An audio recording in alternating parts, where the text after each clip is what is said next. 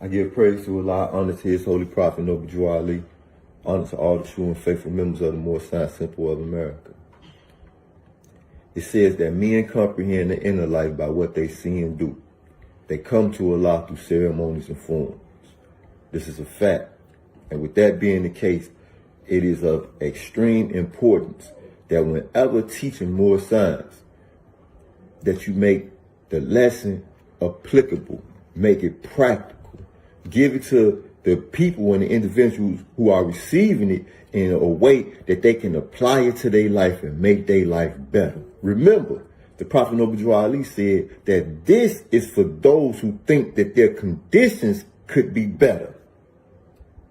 So that's why people come here. People come to the Moorish Temple of America because they think that their conditions could be made better. Now it becomes then our job, the members of the Moorish Temple of America, to prove their thinking correct.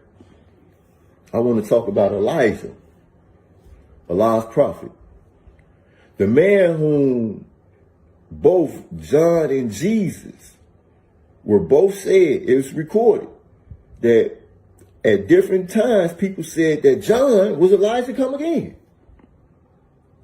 People said to Jesus, even some of his disciples, when Jesus asked, who do the people say that I am?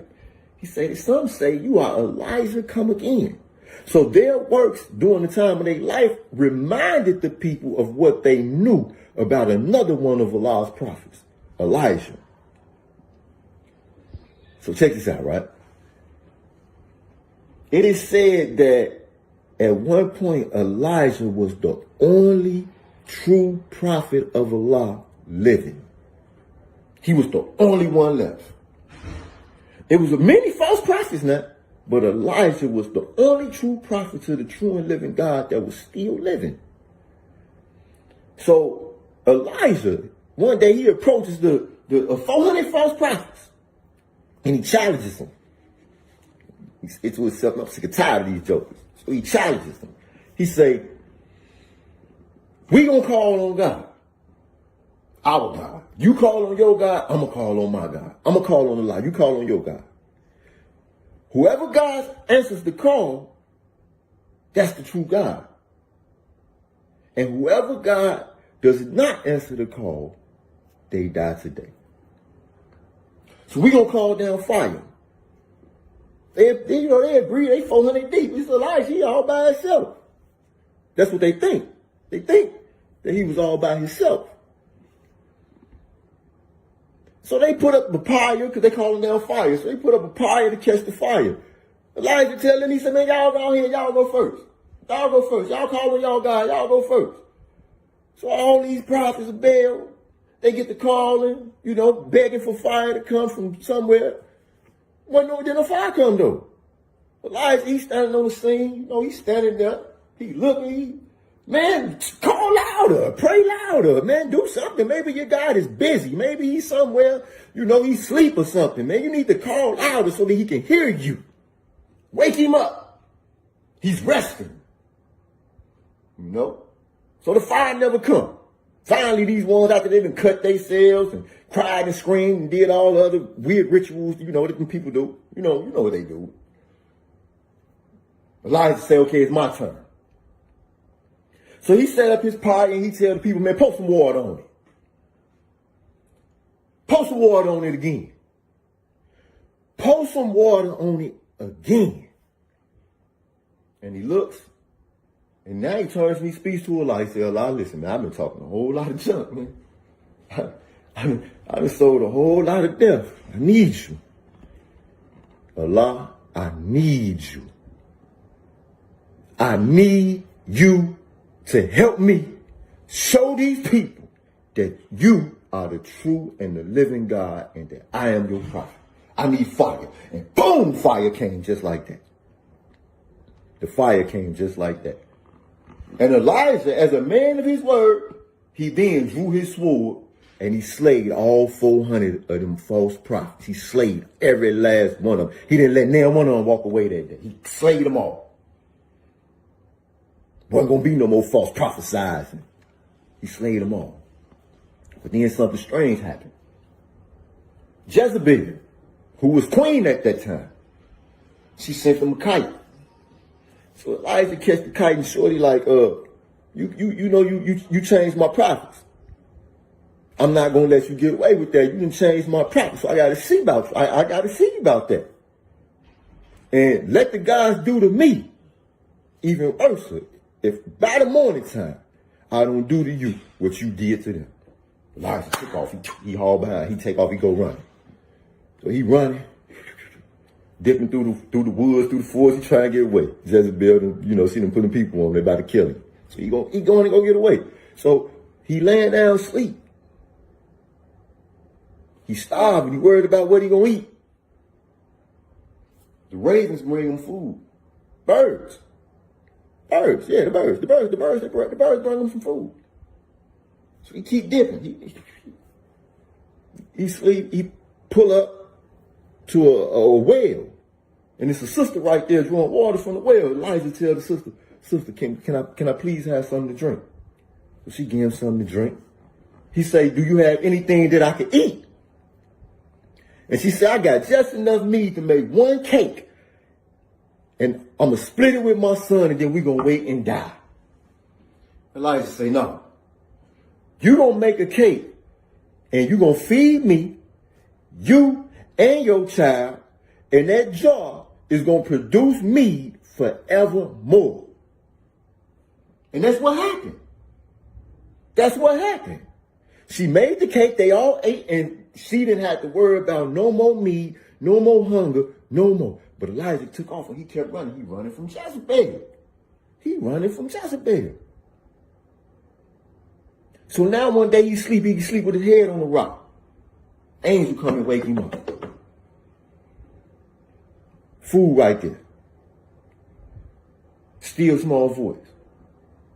In a still small voice, it said, where are you going, Elijah? He knows a lot. He's Elijah's prophet. Where are you going, Elijah? So he gave a lot of rundown right then and there. Man, listen. I'm the only prophet left. The people was crazy. Jezebel on my tail. I done slayed all her fake prophets. I got to get little. They trying to get me. Allah tells him to go over there to that cave. Or go to this cave. I'm going to meet you there. Go to the cave. I'm going to meet you there. So Elijah dip, he go to the cave. It's in the book. Kings, right here in the book. Bible. Yeah, your Bible. Remember the Drew Ali said is your Bible. So you need to study it and read it because it's yours. So he go in the cave. So when he in the cave, still small voice. No, for real. That's what he say. Still small voice. It's right here. So, where are you going, Elijah? Same thing. He give a lot of rundown again. A lot tell him, man, go out there by the mouth of the king. I'm going to meet you. So he go out there. Earthquake go by. He go looking. A lot not in the earthquake. Thunderstorm go by. He looking. A lion in the thunderstorm. Fire. A lion in the fire. Still small voice. This remind y'all of something. How do Allah speak to man? In two ways, right? He speaks to man through man and in a still small voice.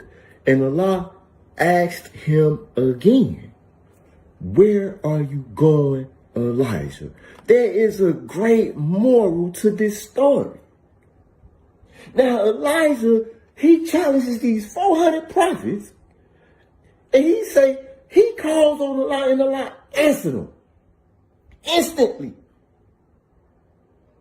He out there in the forest, in the woods, he trying to get away, he ain't got no food. The ravens, the birds in the sky, they come down, they bring him food. Who you think commanded them to do that? When he declared to that sister that if she would feed him, she would never have to worry about hunger again. Who you think supported his words? Who did? And the entire time when he was communicating with Allah, where was Allah? He was right there with him. What's the Quran key say? Where's the nearest place to meet him? In the heart. So today, the lesson that we learn from Elijah is that Allah is always going to be there with us, supporting us in the most intense and the worst circumstances. When we call on Allah, it don't matter. It don't matter. But it's in your words. See, Elijah, he took off and he ran. What you running from Jezebel for? Okay, see the queen, she got an army, man. You got God. Moors, we have God. There ain't nothing that should freeze you with fear when you got God rolling with you. Coats to the front. You shouldn't be worried about overcoming no obstacle. You shouldn't be worried about facing no circumstance. Yeah, it's difficult. You know, we don't teach no spookism. This ain't spookism. This is a lesson. Remember what the Prophet Muhammad conveyed to us in the Quran from Allah. Part of it is allegorical. But signs and symbols is for the conscious Moors. The conscious Moors, now the unconscious Moors, it ain't nothing we can do about that. If Allah hardens one heart, if Allah plugs one ears, if he blinds the eyes of an individual, it ain't nothing that we can do about that. Because when Allah won't penitent bait to remove the scales from your eyes, or to unplug your ears, or to soften your heart, then he will empower penitent bait to do that. But until then, it ain't nothing penitent bait can do about that. Or no other ear, or no other bait. You see? Because we are appointed, anointed, and consecrated by God to do his work. But first, we have to trust in God. Yeah. See, when you trust God, you will trust yourself to overcome any and everything. That's why the Prophet Noble Ali say that this is a field open to strong men and women. Strong men and women. It's not for the weak. It's not for the weak. Now, does that mean that if you are out there right now in Asia and you want to come to Moorish America where you can be safe and learn to love instead of hate, but you know that in the moment you are weak, am I telling you to not come? No. But know that you come here to be made strong. You don't come here for us to hold your hands.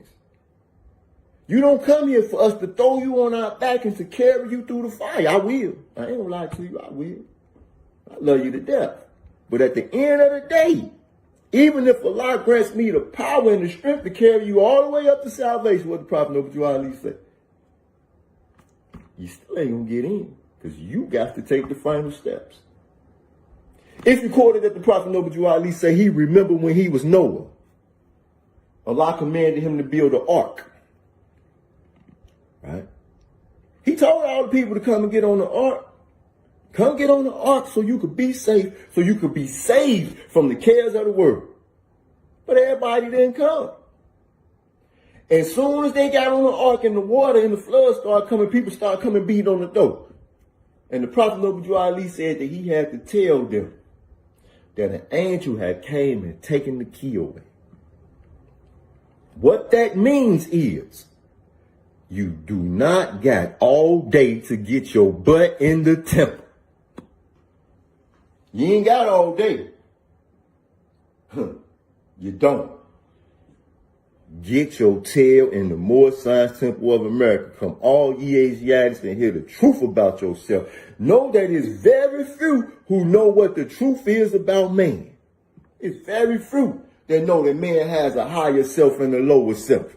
It's very few that know what that means. Even among those who know that man has a higher self and a lower self, it's still very few that know what that means. Even among those who stand on podiums all over Moorish America and teach Moorish science, if you know what the truth is about me. I want to share another story real quick. It's going to be quick. So, Allah decides to make Adam. Nah, I'm going to tell y'all that story later. Peace and love.